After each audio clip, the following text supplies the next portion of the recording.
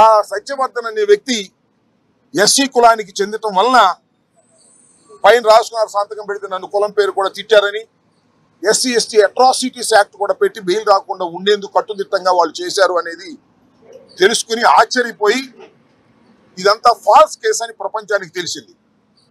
దానిలో తెలుగుదేశం వారు, లోకేష్ గారు, చంద్రబాబు నాయుడు గారు వీళ్ళందరూ కుట్ర చేసి ఈ సత్యవర్ధన్ తమ్ముడు అన్నో అరుణ్ అనే ఆయన్ని వాళ్ళు పట్టుకుని మా తమ్ముడి చేత బెదిరించి కిడ్నాప్ చేసి వంశీ వీళ్ళందరూ కూడా ఈ తప్పుడు స్టేట్మెంట్ మ్యాజిస్ట్రేట్ దగ్గర ఇప్పించారని ఒక కట్టు కథను అల్లి అది కేసు పెట్టి తెల్లారి అరెస్ట్ చేశారంటే ఇది విచిత్రమైన విషయం. ఇంతకన్నా దారుణమైన విషయం మరొకటి ఉండదని కూడా ఈ సందర్భంగా మనవి చేస్తున్నాను. వంశీ తెలుగుదేశంలో గెలిచాడు, తరువాత వైఎస్ఆర్సీపీలోకి వచ్చి పోటీ చేశాడు. అందువల్ల వంశీ మీద చంద్రబాబు నాయుడు గారు అదేవిధంగా లోకేష్ గారు కక్ష కట్టారు. మా పార్టీలో గెలిచాడు, మా పార్టీలో గెలిచి వైసీపీలోకి వెళ్ళి పోటీ చేశాడు, మమ్మల్ని అనేక సందర్భాల్లో విమర్శించాడు. మా పార్టీలో ఉండి మా సామాజిక వర్గానికి చెందినటువంటి వ్యక్తి మమ్మల్ని దూషించడం ఏమిటి, మమ్మల్ని రాజకీయ విమర్శ చేయటం అనేది ఏమిటి అని కక్షగట్టి అనేక పర్యాయాలు వారి ప్రభుత్వం అధికారంలోకి వచ్చిన తర్వాత దాడులు చేయడానికి ప్రయత్నం చేశారు. కొన్ని సందర్భాల్లో వంశీని ఎలిమినేట్ చేయాలని కూడా ప్రయత్నం చేసినటువంటి విషయాలు నేను మీకు ప్రత్యేకంగా చెప్పవలసిన అవసరం లేదు. ఎన్నోసార్లు అరెస్ట్ చేయాలని ప్రయత్నం చేసినా న్యాయస్థానానికి వెళ్లి వంశీ ప్రొటెక్షన్ తెచ్చుకోవడంతో ఇవాళ సడన్ గా నిన్న సాయంత్రం మొన్న ఉదయం కేసు రిజిస్టర్ చేసి ఆ కేసుని ఇంకా ఆన్లైన్ లో అప్లోడ్ కూడా చేయకోకుండా అరెస్ట్ చేసి తీసుకొచ్చి ఇవాళ కోర్టులో ప్రొడ్యూస్ చేయాలని అనుకున్నారు. రాత్రి లోపల కోర్టులో ప్రొడ్యూస్ చేస్తారు. చట్టం తన పని తాను చేసుకువెళ్తుంది. ఇది అన్యాయం. పోలీసు వారు తెలుగుదేశం పార్టీ వారితో కుమ్మక్కై వంశీని అరెస్ట్ చేశారనే విషయాన్ని డీజీపీ గారికి చెప్పే ప్రయత్నం చేస్తున్నాం. తన సీటు తాను గెలుచుకోలేని పరిస్థితిలో ఉన్నాడు. సో ఆయన మతిస్థిమితం లేకుండా మాట్లాడుతున్నాడేమో ఓడిపోయిన బాధలో నేను అనుకుంటున్నాను. ఎందుకంటే ఈ రోజు నిరుద్యోగులకి ఉద్యోగం ఇస్తాం లేకపోతే నిరుద్యోగ వృత్తి ఇస్తామని చెప్పి మోసం చేసింది చంద్రబాబు నాయుడు, లోకేషే, జగన్మోహన్ రెడ్డి గారు కాదు. నేను వస్తే మీకు ఉద్యోగ అవకాశాలు ఇస్తానని చెప్పాడు. 2 నెలల్లోనే దాదాపుగా 4 లక్షల మందికి ఉద్యోగ అవకాశాలని కల్పించారు.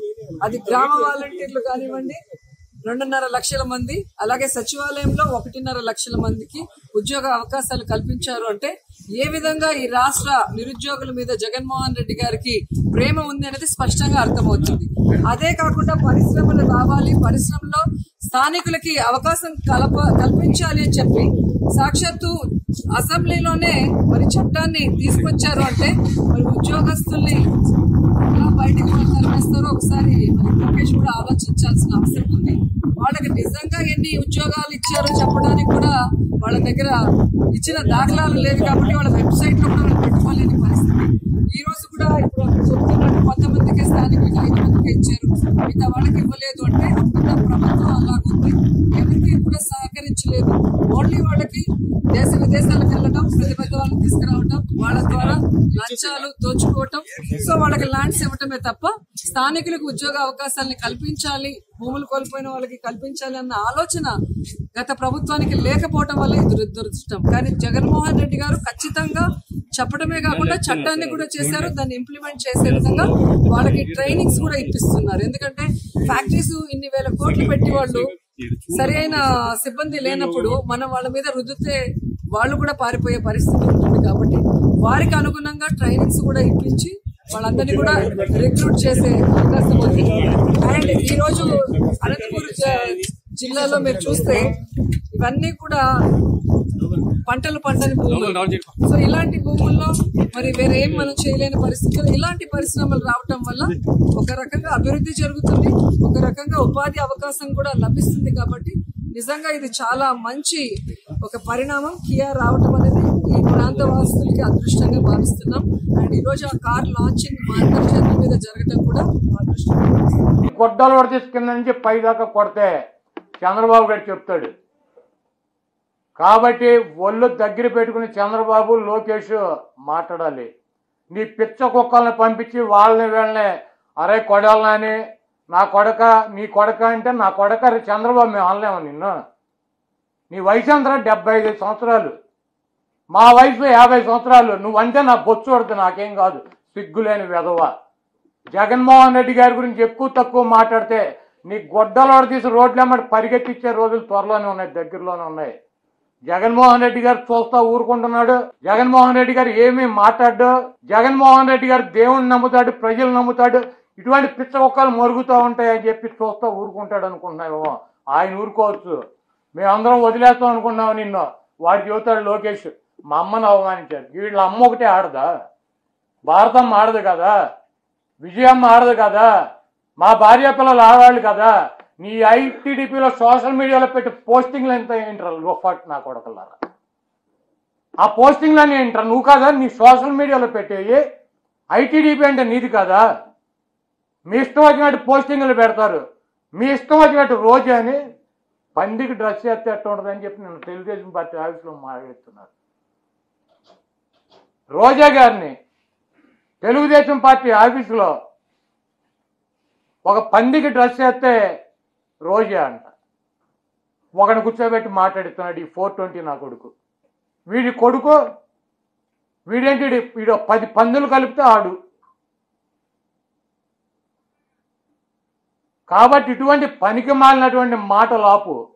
నువ్వు గనక జగన్మోహన్ రెడ్డి గారిని విమర్శించాలనుకుంటే ప్రభుత్వం చేసే తప్పుల గురించి చెప్పు. వ్యక్తిగతంగా సైకో, దరిద్రుడు, మెంటల్ హాస్పిటల్కి తీసుకెళ్లాలంటే ఎవరిని తీసుకెళ్లాలరా? మెంటల్ మీ కుటుంబంలో అందరం మెంటల్ నా కొడకలరా. మా ఎర్రి పుష్పం కొన్ని పేలిపోయాడు. సరే, దానికి పొద్దున వివరణ చెప్పాను నీట్గా. రారా నాయన, మన ఇద్దరు వెంకటేశ్వర స్వామి దగ్గరికి పోదాం. నువ్వు చెప్పినట్టు 1000 కోట్లు పక్కన పెట్టు.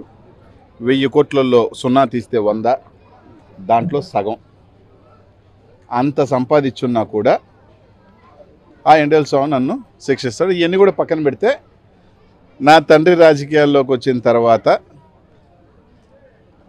నేను రాజకీయాల్లోకి వచ్చిన తర్వాత నా తండ్రి ఇచ్చిన ఆస్తి కన్నా 1 రూపాయి కూడా పెంచి సంపాదించినా కూడా వెంకటేశ్వర స్వామి నన్ను చూసుకుంటాడు రా అని. ఇంతకన్నా ఫెయిర్గా ఎవడు చెప్పడు. దేవుడిని నమ్మేవాడు ఎవరికైనా కూడా దేవుడు అంటే, ముఖ్యంగా వెంకటేశ్వర స్వామి అంటే ఒక భయం ఉంటుంది. దానికి సంబంధించి చెప్పా. ఏడాడో ఊర్లో ఉన్న ఆస్తులన్నీ, ఆడొక 100 ఎకరాలు నాది, ఈడొక 50 ఎకరాలు నాది, ఈడొక నాది, నా కింద కార్పొరేటర్లు రియల్ ఎస్టేట్ చేసినది నాదే, నా కింద తిరిగే వాళ్ళు పాపం ఏదో బతుకు తెరుగు ఎవరు చూసినా నాదే అని చెప్పుకుంటావు. సరే, అన్నిటికీ కూడా ఎన్ని ఎందుకు రా నాయన? 1000 కోట్లు అన్నావు కదా, 0 తీసి 100, దాంట్లో సగం. ఇది కూడా పక్కన పెడితే, నేను రాజకీయాల్లోకి వచ్చిన తర్వాత నా తండ్రి ఇచ్చిన ఆస్తి కన్నా ఈరోజు నా ఆస్తి 1 రూపాయి పెంచున్నా కూడా అని చెప్పి, అంతే కదా, స్పష్టం, క్లియర్. దానికి రాకుండా చిట్చాటి పెట్టాడంట మనోడు. చిట్చాటి పెట్టి నేనెందుకు వస్తా, నేను చెప్పి ఆయన ప్రమాణం చేయమనంట. ఏడైనా ఉందా ఇదే? ఒక బురద నా మీద వేసినప్పుడు, నేను వచ్చినప్పుడు నువ్వు కూడా రావాలి కదా. ఈ కాకుండా 4 డాక్యుమెంట్ రిలీజ్ చేసి ఇదిగో బినామీ అన్నాను. ఒరే, నువ్వు రిలీజ్ చేసిన డాక్యుమెంట్ రేపు పొద్దున ఇస్తా నీకు. నువ్వు రిలీజ్ చేసిన డాక్యుమెంట్లు, ఒక పొలం విలువ 4 కోట్లు రా, నా గ్రామంలో పొలమా. ఇంకో పొలం 2 కోట్లు రా, 6 కోట్లు 7 కోట్లు. అంటే నువ్వు రిలీజ్ చేసింది 7 కోట్లు కూడా దాటకుండా నాకు 1000 కోట్లు సంపాదించానంటే చెప్తారా? ఆ కొరవ ఆస్తులు ఏదైతే చెప్పి ఆ డాక్యుమెంట్ రిలీజ్ చేయి. ఇస్కాన్ సిటీలో 87 ఎకరాలు అని చెప్పావు కదా నాకు, ఆ డాక్యుమెంట్ రిలీజ్ చేయి. 87 ఎకరాలు